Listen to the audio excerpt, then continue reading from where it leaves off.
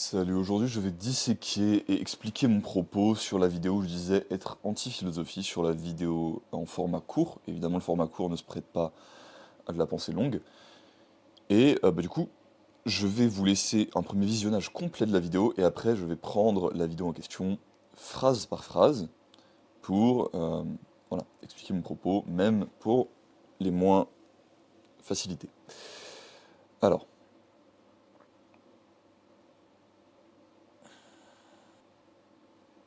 Mes 14 et mes 16 ans à peu près, à me plonger dans des tonnes et des tonnes de philosophie. De Descartes à Spinoza à Freud. Bon, Freud, ça sort un petit peu de la philosophie, mais tu vois ce que je veux dire.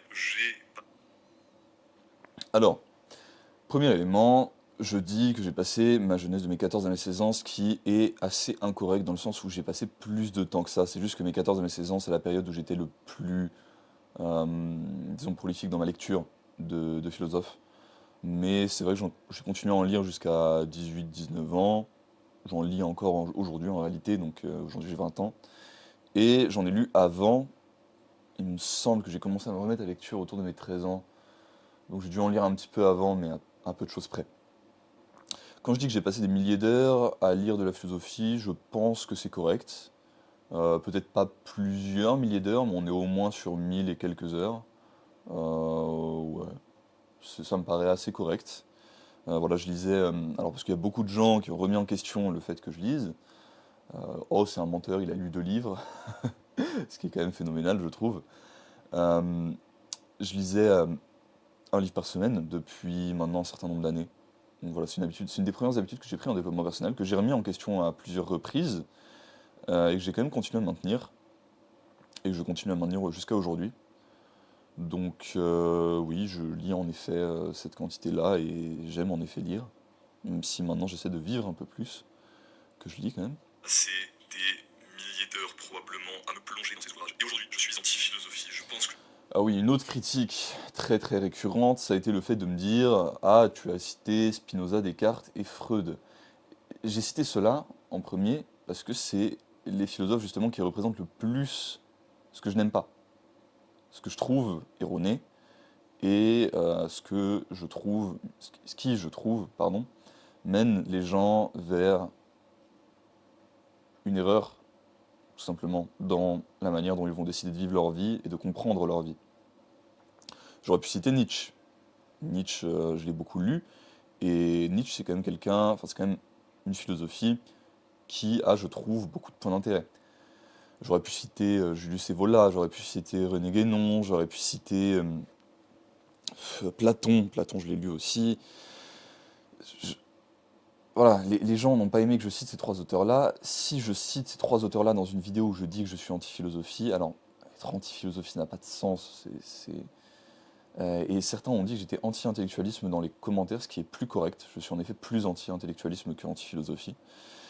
Euh, Car oui, aussi, la philosophie, la racine étymologique, donc la racine du mot, c'est l'amour de la connaissance, l'amour du savoir. En effet. Maintenant, est-ce que c'est ça que les gens ont en tête quand on leur parle de philosophie? Moi, je parlais dans cette vidéo de la philosophie au sens premier. On est sur Instagram, les gars. On n'est pas sur, déjà, on n'est pas sur YouTube et on n'est pas non, on est encore moins avec un public euh, intelligent. Et la philosophie, au sens que la plupart des gens l'entendent, c'est ce que font les gens aujourd'hui, c'est-à-dire se reclure dans, je sais pas, des universités, ce genre de choses, et écrire des livres qui ont extrêmement peu de valeur, et qui sont, comme je le dis plus tard dans la vidéo, le produit pour moi de beaucoup de branlettes intellectuelles. la philosophie est une erreur. Et je pense que la philosophie est néfaste pour la majorité d'entre vous. Pourquoi? Alors pareil, je pense que la philosophie est une erreur, et je pense que la philosophie est néfaste pour la majorité d'entre vous. D'accord? Alors là, c'est essentiel de comprendre une chose, c'est que la philosophie, ça va se décomposer en énormément de branches de pensée, et je pense qu'il y a beaucoup de gens qui vont vraiment assimiler tout ce qu'ils vont lire, d'accord? Ils vont pas avoir l'horizontalité avec la connaissance que moi je vous recommande. L'horizontalité avec la connaissance, c'est quoi? C'est le fait de, quand tu lis un auteur, ne pas le voir comme cette entité, euh, comment?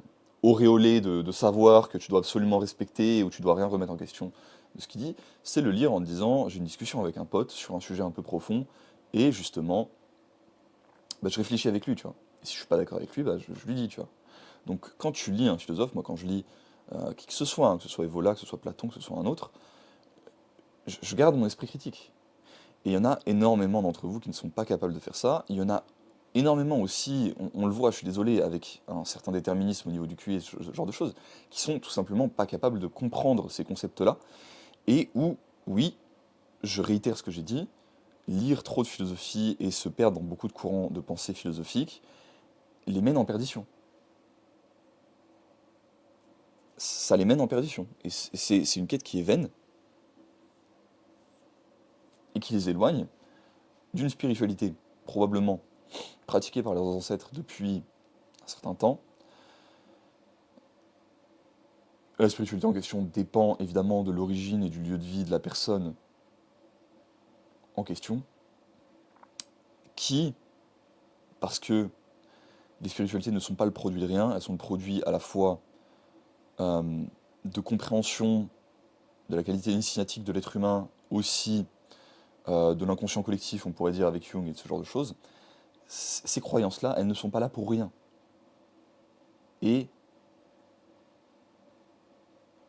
comme, on en a parlé d'ailleurs avec Transurfing, etc., mais comme la réalité est un miroir et qu'elle reflète ce que tu penses qu'elle n'est pas une donnée fixe, c'est aussi quelque chose que tu peux voir avec la physique quantique, je ne vais pas m'étaler là-dessus, si tu veux plus de détails là-dessus, va voir ma série sur la manifestation de la réalité sur Reality Transurfing. Et du coup, si ces religions-là et ces visions-là de la réalité ont poursuivi des peuples pendant des millénaires, enfin, pendant très longtemps, mais c'est pas pour rien.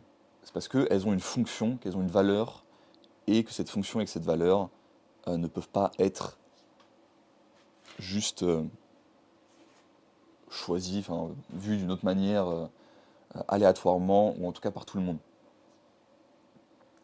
Donc voilà, j'ai dit une voie de perdition pour la majorité d'entre vous. Comprendre les courants philosophiques, lire un peu de philosophe, en gardant justement, encore une fois, cette horizontalité-là avec la pensée, et en ayant toujours, évidemment, un esprit critique, mais aussi une certaine confiance dans sa propre vision du monde, ça peut être un exercice intellectuel qui peut être intéressant. Même si, encore une fois, ça reste souvent une perte de temps. Et voilà, c'est ça que je disais avec cette phrase-là. Je suis anti-philosophie car je suis pro-spiritualité. Parce que la philosophie nous a menés, à mon avis, à une faiblesse de l'âme et à des valeurs qui ne représentent pas notre nature profonde. Après, Alors là, justement, j'ai eu, en disant ça, que je suis anti-philosophie car je suis pro-spiritualité et que la philosophie représente pour moi une faiblesse de l'âme, beaucoup de gens qui m'ont dit que philosophie égale spiritualité, ce qui est absolument faux. Si tu penses que avoir des débats philosophiques sur la nature de ce monde, etc., fait de toi quelqu'un de spirituel, c'est que tu n'as aucune connaissance concrète de ce qu'est la spiritualité. Moi, la vision de la spiritualité que je mets en avant, à laquelle j'adhère parce que c'est une vision que je vis, c'est le fait d'avoir une expérience concrète, une expérience première, une expérience directe de la spiritualité. C'est ce que certains prennent sous le nom d'ésotérisme. D'accord? D'initiation, si tu préfères. Et oui, je maintiens, je réitère mon propos, l'initiation et la spiritualité vraie est supérieure à la philosophie, est supérieure à l'intellect. Ok? L'intellect, là où il peut être utile à ces notions initiatiques-là et à la compréhension du monde et du divin, ça n'est qu'un outil. Ça n'est qu'un simple outil et ce n'est pas l'outil le plus puissant et le plus intéressant que l'homme ait. avoir lu des centaines de livres de philosophie, ma seule conclusion est que le cœur sait. Les philosophes sont des... Alors là, quand j'ai dit le cœur sait, c'était un petit peu pour troll, faire une petite référence à Pascal. Euh, Est-ce que le cœur sait vraiment? Ça va dépendre de la qualité de l'individu et de s'il a été exposé justement aux bonnes idées et enfin, aux croyances qui sont cohérentes avec euh, son ancestralité et toutes ces choses-là. pensent être intelligents, réfléchissent des heures et des heures sur un sujet et se branlent le cerveau. Alors, là, je suis encore une fois très d'accord avec ce que je dis. Évidemment, c'est moi qui ai dit tout ça dans ce réel, donc je vais être d'accord avec ce que je dis. Euh, voilà, il y a des gens qui étaient en mode ouais, il est encore temps pour supprimer, etc. Bah, non, c'est assez comique. Euh, oui, oui, je maintiens que la majorité des philosophes se branlent le cerveau sur la nature du monde sans en avoir l'expérience directe. Ils vont jusqu'à renier leur propre expérience, justement, à renier l'empirisme, à renier les sens, à renier toutes ces choses-là, euh, pour notamment une vision matérialiste, mais pour plein de visions différentes. Et je maintiens que c'est une erreur et que c'est idiot. C'est des idiots, en effet. J'en parlais du concept de l'attardé, de l'idiot, en disant que l'attardé, c'est celui qui agit, qui voit après, qui réfléchit après, et du coup qui vit globalement une vie intéressante, qui vit une vie pleine d'expérience et pleine de compréhension. Et l'idiot, c'est celui qui réfléchit, tout simplement. Il fait que réfléchir, il n'agit jamais. En conséquence de quoi, il a l'impression de comprendre tout, mais n'ayant fait l'expérience de rien de manière concrète, n'ayant fait l'expérience des choses que par la procuration de son intellect, en fait, il ne sait rien. Il ne sait rien en pensant savoir tout. Et je pense que énormément de philosophes rentrent absolument dans cette case-là et sont des idiots. Ça stick le cerveau très fort. Écoutez votre cœur, trouvez le point d'accord entre votre cœur et votre esprit. Vous n'aurez pas besoin de philosophie pour vivre correctement. Passez une bonne journée. J'ai passé mes jeunes Et années je au clôture la vidéo avec l'idée de trouver le point d'accord entre le cœur et l'esprit. Alors ça c'est un concept qui vient de Reality Transurfing mais qu'on pourrait retrouver dans des spiritualités aussi plus anciennes évidemment. C'est l'idée que quand justement l'intellect, le mental et l'intuition, l'instinct on peut dire, certains disent les tripes, d'autres disent le cœur, pour moi le cœur est plus correct, sont à un point d'accord, quand il n'y a pas le moindre conflit dans les décisions des deux, bah, c'est là où on a le plus de puissance, d'action sur le monde. Donc voilà, je clôture avec cette idée-là, essayer d'amener ce petit concept. Et voilà tout pour cette vidéo. Alors, je pense qu'on va s'amuser un petit peu, on va voir quelques commentaires. Hop, hop, hop. Parce qu'en fait, ce que j'ai eu comme catégorie de gens sous les commentaires de cette vidéo, ça a été vraiment pour moi les midwits. Alors si vous ne savez pas ce que c'est les midwits, c'est le concept, c'est tout à fait normal, hein, c'est l'idée de la courbe de Gauss de QI. Et tu vois, il y a les gens très cons là à gauche, et à droite, il y a les gens très intelligents. Les midwits, c'est ceux qui sont au milieu et qui pensent qu'ils sont à droite. Tu vois, ceux qui pensent qu'ils ont 150 de QI alors qu'ils ont 100 de QI. Des fois moins, probablement. Alors, on a la biologie fait la culture, ce qui a un peu de vérité, mais c'était pas tant le propos de la vidéo. On a Jésus est roi, bon, les chrétiens dans les commentaires, c'est assez classique, toujours, force à eux.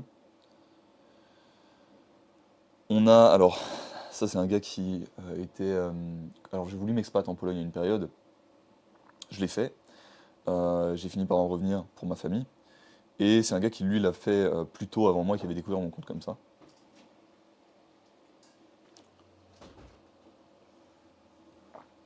Donc c'était un gars qui avait justement fait ce chemin de lui s'expatrier qui est resté, et qui, je pense, est quelqu'un qui fait l'expérience de la vie, et qui me dit totalement d'accord avec ce point de vue, la vie est simple, être en accord avec soi-même. Point. Voilà, donc pour revenir sur l'idée de la courbe de Gauss du QI, on retrouve que souvent ceux qui sont extrêmement à gauche, donc sont avec un QI très bas, et ceux qui sont à droite, ont finalement des conclusions assez similaires sur pas mal de sujets de la vie. Alors, je ne dis pas que là, du coup, lui, il est côté gauche, hein. Je pense que c'est quelqu'un d'intelligent, honnêtement. Donc je pense, au vu de ce qu'il a fait comme parcours de vie, qu'il est plutôt côté droit. Mais voilà, même si c'était une conclusion de quelqu'un... en tout cas, d'un point de vue quantité de... On pourrait faire la même courbe, si tu veux, avec la quantité de livres que tu lis. T'es à gauche, tu te dis, ouais, les livres, ça sert à rien. T'en lis des tonnes et des tonnes et des tonnes, tu te dis, ouais, les livres, c'est trop bien. Et puis quand t'en as vraiment trop lu, tu te rends compte que, en fait, les livres, c'est un peu de la branlette du cerveau et que, justement, faut vivre. Comme Nietzsche, par exemple. Alors... Après, il y en a beaucoup qui disent que je philosophe. Oui, philosopher est devenu un verbe, mais non. Je, j'apporte une réflexion. C'est ce qui est, bon. Hop, hop, hop. Les gars, je suis anti-maths, les mathématiciens réfléchissent des heures alors que la réponse est dans le cœur, la team. Euh, c'est fou d'être aussi idiot. Tu ne peux pas comparer quelque chose comme la manière dont tu décides de vivre ta vie et la manière dont tu décides de percevoir et d'aborder le monde avec des sciences dures comme les mathématiques. Bon, pour ça, lui. Non, il y en a un qui a compris que j'avais fait une offense à Pascal.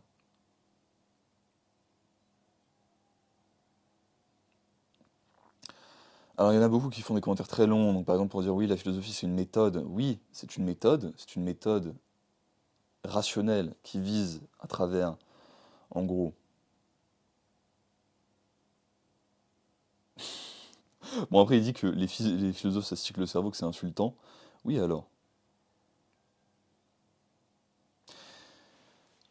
Chaque phrase a son importance, vraiment. Il y en a beaucoup qui n'ont pas entendu quand j'ai dit que c'était une voie de perdition pour la majorité d'entre vous.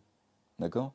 Pour certains, certains ont besoin, ça a été mon cas d'ailleurs, justement, de passer par la compréhension de tous ces courants de pensée pour en arriver à leur vision du monde. Et c'est très bien, tu vois.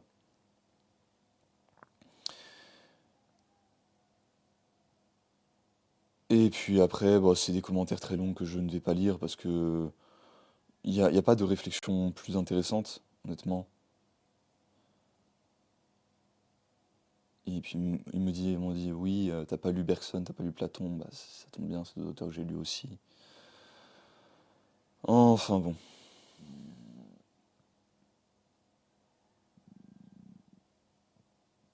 Mais ce qui est fou, justement, et d'ailleurs, je vais faire un petit aparté sur ça pour finir,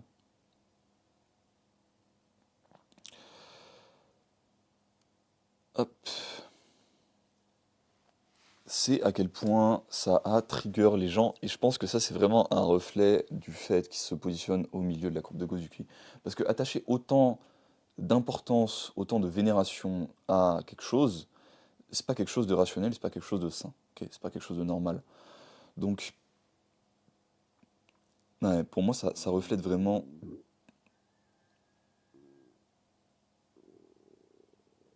un manque d'intelligence, parce que même si tu as un mauvais contrôle des émotions, quand tu es plutôt intelligent, tu peux te reprendre à temps, parce que tu comprends que tu as un mauvais contrôle de tes émotions, et du coup, tu le contrôles un minimum quand même, tu vois, au final. Donc ça indique pour moi un manque d'intelligence en premier lieu, et aussi un énorme manque de contrôle des émotions des gens, euh, quant à ce à quoi ils attachent de l'importance.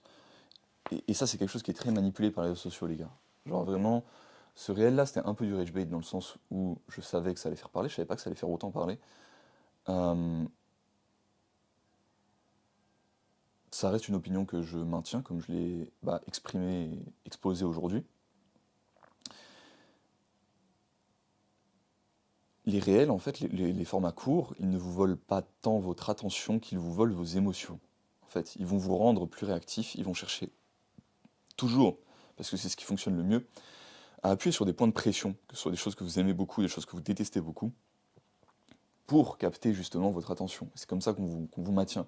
Et vous devenez addict au fait d'être réactif, au fait d'être tout le temps stimulé émotionnellement par ce genre de contenu, négativement comme positivement, hein. L'addiction au cortisol, ça existe, c'est réel. Et voilà, faut arrêter. Faut arrêter. Si vous êtes parmi les gens qui se sont sentis trigger par ce réel, qui m'ont laissé un commentaire de 30 lignes et qui ont pété un câble, euh, j'ai un conseil, j'ai deux conseils pour vous. Méditez beaucoup, méditez plus. Peut-être faire une retraite Vipassana, ça pourrait vous faire du bien. Et le second conseil, ça va être de passer moins de temps sur les réseaux sociaux, tout simplement. Ouais, passer beaucoup moins de temps sur les réseaux sociaux, ce serait, à mon avis, très pertinent. Sur ces belles paroles, j'espère que la vidéo vous a plu, j'espère que vous a intéressé. Mon Dieu, je suis le grand méchant loup qui fait la promotion de l'anti-intellectualisme.